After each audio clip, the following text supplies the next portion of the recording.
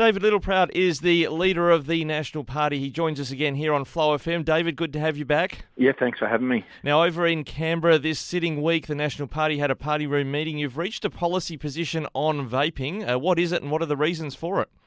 Yeah, well, look, we've got to admit our last policy position that we supported as part of the coalition hasn't worked. And that was about a prescription model, that we would basically put a prohibition on vapes apart from those that could get a prescription from a doctor. Now, 8% of vapers actually get a prescription from a doctor. So it hasn't worked. We've got to be honest. That was a bit over 12 months ago. So what we've said is let's understand where this has got to, and this has become an epidemic. You can buy vape on all these street corners anywhere in any part of the country. And the unintended consequence of that is that minors are getting this, people under 18. So what we're concerned about, an ANU study shows, that you're 3 times more likely as someone that's under 18 to get on a vape today that'll end up on cigarettes in the future. So what we want to do is protect children, and we think there's a regulatory framework that mirrors what should happen, and that's cigarettes. What we did with cigarettes is we made sure that there were licensed retailers, that they were under the counter, you couldn't see them.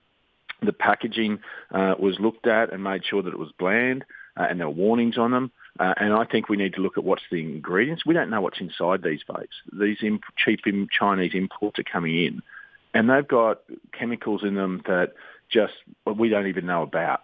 And that's not right. So we should regulate what the contents are, and we should take away the flavours so that children aren't exposed to this, because this is what's happening. There are families sitting at kitchen tables all around the country at the moment just tearing their hair out about children being on vapes.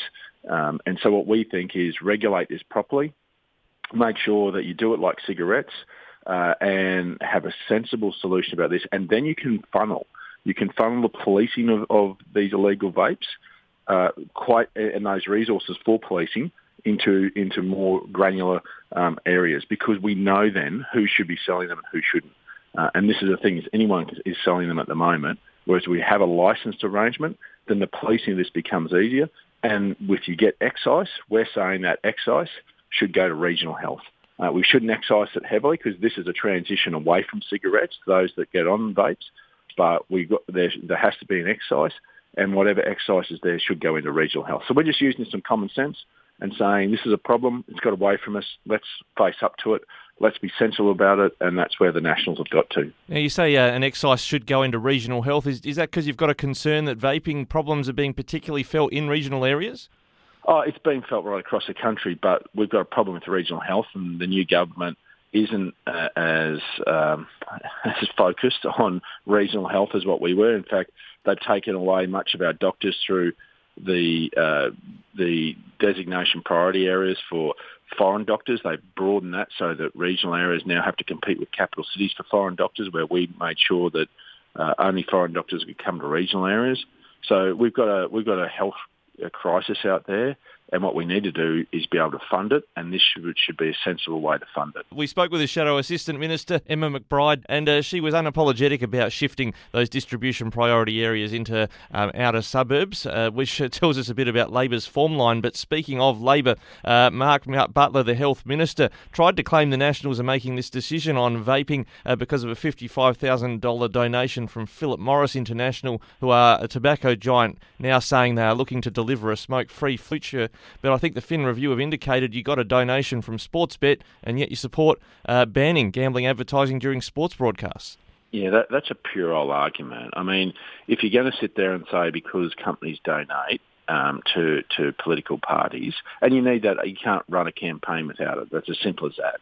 But let me say, if you're going to say that if you take donations, you're compromised in being able to have a sensible adult policy discussion, then every time Labor makes a decision, you'll run the ruler across their donors and say, well, they're compromised because they're taking a donation from this company, whether it be in health, whether it be in education, whether it be in telecommunication. Let's be adults about this.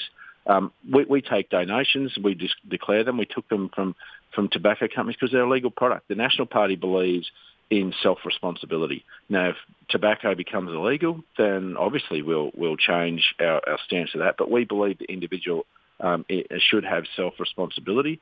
And we have no qualms in doing that, but we have no qualms in disagreeing. And we disagree. We take donations from Telstra and the banks, and I can tell you we squared up with them pretty heavily over the last couple of months, and also these wagering companies. I've been very public about my concerns about the advertising that a company like Sportsbet have on TVs in front of children every time you put on a game of footy. So we're not afraid to have that conversation. Let's be adults. We're trying to put forward a sensible solution to fix an epidemic. So if you want to talk about policy, great. If you want to talk about politics, we'll go away because you're not advancing the cause. Well, it's interesting. Labor never crosses swords with the unions or even industry super when it comes to what they want in those areas. No, exactly. So, we take donations. We have to, otherwise you can't fund a campaign. So we want to have a sensible debate about this because we think this is one of the biggest issues for families out there outside of cost of living. Health and vaping, which is part of health, is something we're hearing wherever we go, and we're seeing it. My members have got their own kids. My own son, when he was 15, had a crack at these things, and I just couldn't believe he got hold of them. Thankfully, he's off them. I don't like cigarettes and I don't like vaping, but I've got to be a realist. You can have all the ideology of all the AMA and all these people that look down and have this God complex telling us how we should live our lives, but you've got to live in the real world sometimes, and the real world is that kids are getting hold of this. And that's what we're saying is we're just looking for a practical solution to protect families and particularly protect children. Now, speaking of ideology detached from reality, live exports of sheep. We interviewed recently the Livestock Collective, who pointed out that practices in the live export industry are very different to when, I guess, the heat was particularly on what happened with live exports. But Labor's still pushing ahead with this ban. What's the National Party going to do if you're successful coming back into government at the next election? Well, there will be no coalition government that the National Party is part of unless live export of sheep continues, or if it's after they phase it out, the reinstatement of it. The National Party's made it very clear that we won't be part of any coalition with the Liberals if live sheep of exports from this country is not reinstated. That is a principled stand, and we are prepared to walk. And so Peter Dutton, to his credit, has accepted that. He understands it, and principally he's with us. But there's elements of his party that don't agree with that, but we've made it clear we can't be in the coalition with a party that doesn't believe in this, because let me tell you what's going to happen. In fact, I met with the RSPCA yesterday, and I've got to say how disappointed I am in them. They believe they want to shut this down because they believe that animal welfare standards will improve. But when I put to them that the countries that will take this over, like Sudan and Ethiopia, that actually don't measure the pence per minute of a sheep on a boat, that don't know the airflow through the boat on its transit, doesn't weigh the sheep before it goes in so they know how heavy it is, or the length of all of that on that sheep.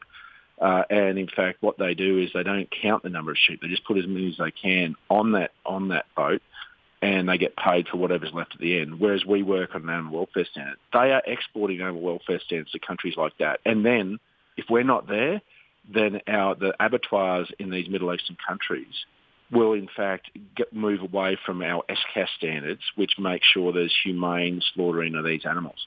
And I said to them also, so you're prepared to support shutting down an industry here so that sheep in Sudan and Ethiopia will have perverse animal welfare outcomes?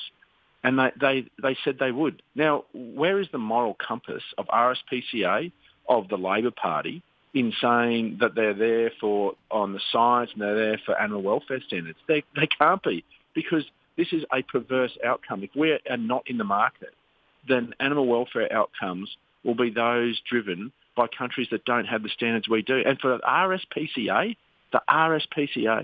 to have this view is earth-shattering. I've got to say, they are morally bankrupt to sit there and say that they're prepared to let that happen. I just can't. It doesn't matter where a sheep comes from. We've got a responsibility to make sure we treat it right. The industry has done the right thing, and I was minister. We reformed it because we brought the science in. We moved from mortality to animal welfare, and in making sure of how we measured the success of shipments. And you want to throw all that away and allow perverse animal welfare outcomes? That is just morally bankrupt. And the Labor government, just to understand, they didn't even announce this. And these animal activists announced Labor's closing down of this industry before the minister did. So you can see who's driving this. But they are all morally bankrupt. That is the perverse thing.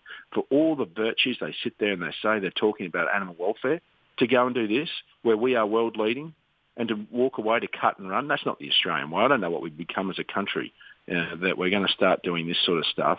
We've got a responsibility to stay to get it right, and the National Party won't allow for this industry to stop, and we will reinstate it if this mob go down this track. Now, just lastly, if blind ideology is driving the ban on sheep, is David Foote, the chair of Cattle Australia, right to be urging the Labor government to not ban live exports of cattle? He's got concerns because of the sheep one not being based on the science. Cattle could be next.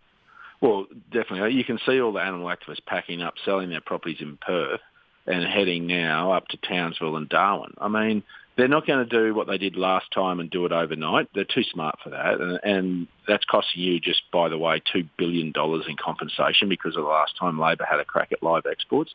But they've learned from that, and it's a $2 billion mistake that you're paying for that they've learned from, is that what they're going to do is they'll slowly but surely phase out live cattle as well because they don't believe it. And let me tell you, there'll be people, listeners today, they'll go, well, we should just process it here. This simplistic notion that, we should process them all here and then we send them over. Let me tell you, even on sheep, I've been to Kuwait and been to Qatar, met with the Prime Minister of Qatar, made it very clear. Don't expect to export processed sheep to our country if you're not sending us live sheep. We expect to get live sheep.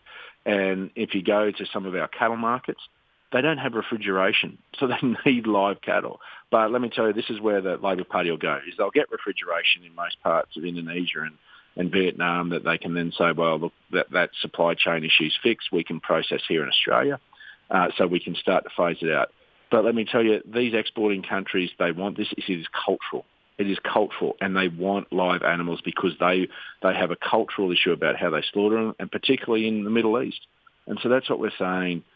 We've got a responsibility to stay and give what the market wants. It's not going away, and if we don't do it, someone else will. And what Labor will do is slowly but surely just pat us all on the back and say it's all okay, but slowly be pulling the rug from under us. So David Foote, and I know the NTCA president last week was very concerned about this, and they should be, because this mob's got form. Yeah, I just can't get past the thought that Labor's all about climate change concerns, and yet surely that'd drive up the carbon footprint of a product they're already complaining about, the methane emissions. You got refrigeration as well, it'd be going through the roof. Yeah, and let me tell you, methane's the next one. In fact, there was a little bit of a glimpse in that in question time yesterday. Chris Bowen talks about methane and having to address it and how they're going to address it. They signed up to the methane pledge.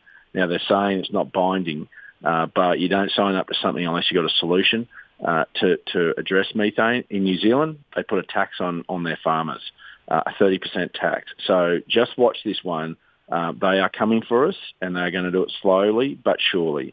And methane is the next one that our producers need to be very, very concerned about. Well, David Littleproud is the National Party leader and also the Shadow Agriculture Minister. We could talk about that literally till the cows come home. Thanks for joining us from Canberra today. Thanks for having me, mate.